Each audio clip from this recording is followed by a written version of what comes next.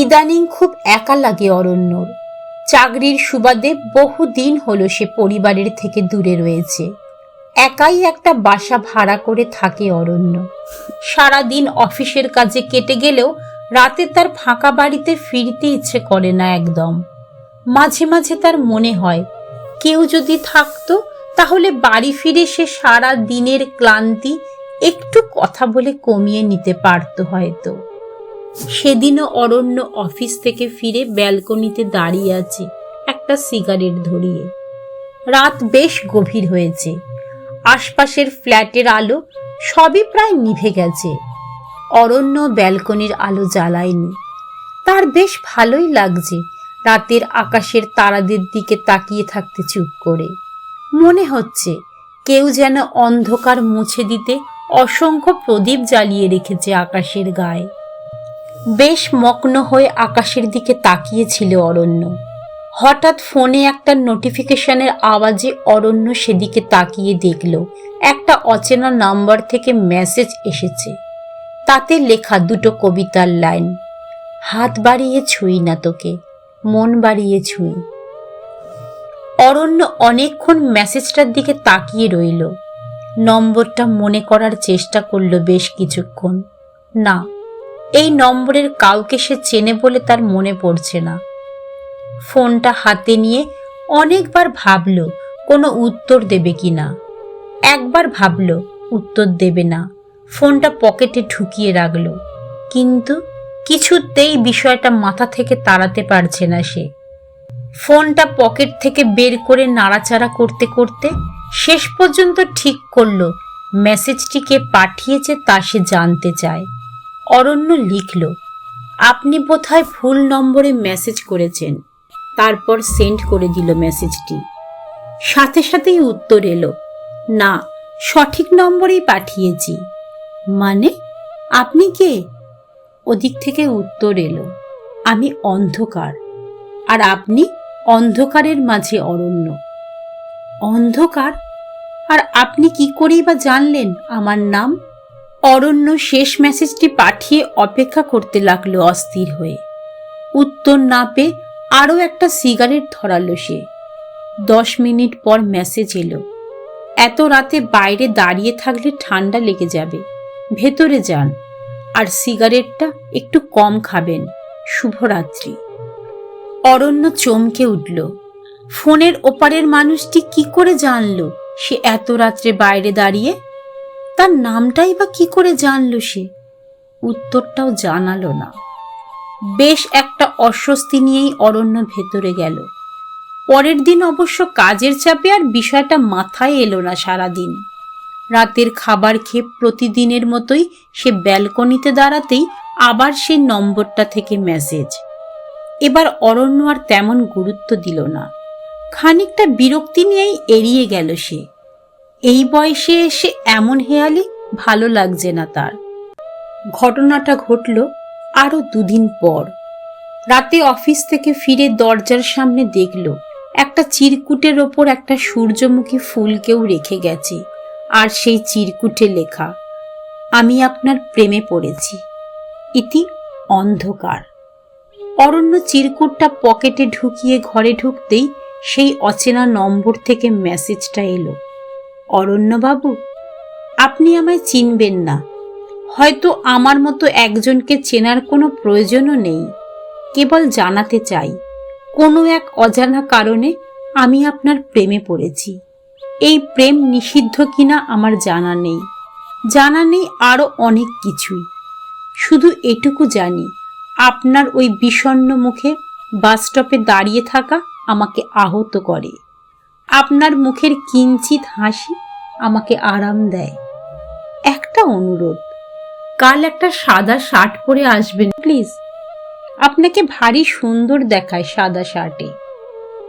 সকালে অরণ্য সত্যিই সাদা শার্ট পরে অফিস গেল। কেন গেল তা সে জানে না। হয়তো কৌতূহলবশতই সে ওই মেসেজের অচেনা ব্যক্তিটির কথা রাখল। অফিস পৌঁছতেই ফোনে একটা ছোট্ট মেসেজ এলো সেই নম্বরটি থেকে, ধন্যবাদ। অরণ্য লিখল, কেন? ওদিক থেকে উত্তর এলো, ওই যে আমার অনুরোধটুকু রাখার জন্য। অরণ্য এবার লিখল, আপনার কথা আমি রেখেছি, তাই পুরস্কার হিসাবে আপনার আমাকে কিছু দেওয়া উচিত। কিন্তু কি পুরস্কার চান বলুন? আপনাকে দেখতে চাই। সময় হোক, নিশ্চয়ই দেখবেন। এভাবে কেটে গেল বেশ কয়েকটা দিন। প্রায় কথা হতে থাকলো দুজনের।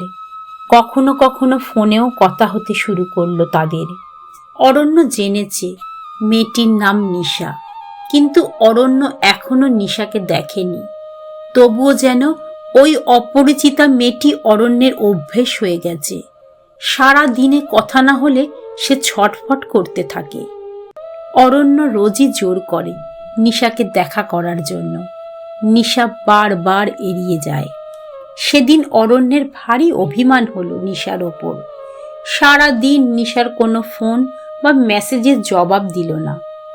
রাত তখন 11টা। নিশা লিখল, দেখা করবে? অরণ্য যেন এই মেসেজের অপেক্ষাতেই ছিল। সে ফোনটা নিয়ে সাথে সাথে লিখল, কোথায়, কখন? কাল ঠিক সন্ধে 5:30টায়। জায়গা বলে দেব সকালে। অরণ্যর যেন আর সময় কাটছেই না। তার অস্থির লাগছে। বুকের মধ্যেই কত প্রশ্ন, কত এলোমেলো ভয়। এতদিন যাকে সে কেবল কণ্ঠস্বরে জেনেছে, তাকে সে প্রথম সামনে থেকে দেখবে। অরণ্য সকালে নিশাকে মেসেজ করল, তোমায় তো আমি কখনো দেখিনি, কিভাবে চিনব তোমায়? ওদিক থেকে উত্তর এলো, আমার নামের শাড়ি পরব আজ। অরণ্য সময়ের আগেই পৌঁছে গেছে। নিশার কথা মতো সে দাঁড়িয়ে আছে ছাতিম গাছের তলায়। জায়গাটা ভারী অদ্ভুত। লোকজন নেই। রাস্তার মাঝে একটা বড় ছাতিম গাছ দাঁড়িয়ে শুধু। এমন জায়গায় যে কোনো মেয়ে একা দেখা করতে চাইতে পারে, এটা ভেবেও অরণ্যর কেমন যেন অদ্ভুত লাগছিল। সময় যত এগিয়ে আসছে, অরণ্যের বুকের ভেতর ততই তোলপাড় হচ্ছে। নিজের অজান্তেই সে নিজেকে জিজ্ঞেস করছে, নিশা আসবে তো, নাকি সে অরণ্যকে বিভ্রান্ত করছে? 5:30 থেকে 6:30 বেজে গেছে। না, কেউ নেই কোথাও। 1 ঘন্টা ধরে অপেক্ষা করছে, কিন্তু নিশা আসছে না। এমনকি ফোনটাও ধরছে না। অরণ্য তীব্র যন্ত্রণা নিয়ে সবে 2 পা বাড়িয়েছে ফেরার পথে। ঠিক তখনই শুনতে পেল তার নামটা, অরণ্য। অরণ্য ফিরে তাকাতেই বিবশ হয়ে গেল। কোনো শব্দই আর কানে পৌঁছাচ্ছে না তার। ছাতিম গাছের তলায় দাঁড়িয়ে আছে নিশা। পরনে নিকষ অন্ধকার রঙের শাড়ি, চোখে অমাবস্যার রাতের মতো গাঢ় কাজল, খোপায় গোজা কদম ফুল, হাত ভর্তি চুড়ি। নিশা দৌড়ে অরণ্যের কাছে এসে বলল, ভেবেছিলে আসবো না, তাই চলে যাচ্ছিলে বুঝি? এই প্রথম সে অরণ্যকে তুমি করে বলল। অরণ্য তখনও এক দৃষ্টিতে তাকিয়ে আছে নিশার দিকে। নিশা অনর্গল কথা বলে চলেছে তরলা নদীর মতো কলকল করে। অরণ্য হঠাৎ কেমন যেন হয়ে গেল। নির্লজ্জের মতো নিশাকে থামিয়ে দিয়ে বলে বসল, নিশা, আমি কি তোমাকে একটু জড়িয়ে ধরতে পারি? নিশা 2 হাত বাড়িয়ে জড়িয়ে ধরল অরণ্যকে। অরণ্য যেন মিশে যেতে লাগলো তার বুকের ভেতর। নিশা বুঝতে পারল অরণ্য কাঁপছে। সে আরো শক্ত করে জড়িয়ে নিল অরণ্যকে। নিশার গাল দুটো 2 হাত দিয়ে ধরে অরণ্য তাকিয়ে রইল নির্নিমেষ। নিশা বলল, কি দেখছো? তোমাকে। অন্ধকার যে এত সুন্দর হয়, তা যে তোমায় না দেখলে জানাই হতো না আমার নিশা। নিশার চোখ বন্ধ হয়ে এলো লজ্জায়। আর অরণ্য নিমগ্ন হলো নিশার ঠোঁটের ভেতর। হঠাৎ শোনা গেল মেঘের নিনাদ। জমাট অন্ধকারের বুক ছিঁড়ে খেলে গেল বিদ্যুৎ রেখা। সেই বিদ্যুতের ক্ষণিক তীব্র আলোতে দেখা গেল দুজন মানুষের আদি অন্তহীন ভালোবাসার সর্বোচ্চ বহির্প্রকাশ। আর সেই ভালোবাসার সাক্ষী হয়ে তাদের আড়াল করে রইল একাকী দাঁড়িয়ে থাকা এক ছাতিম গাছ।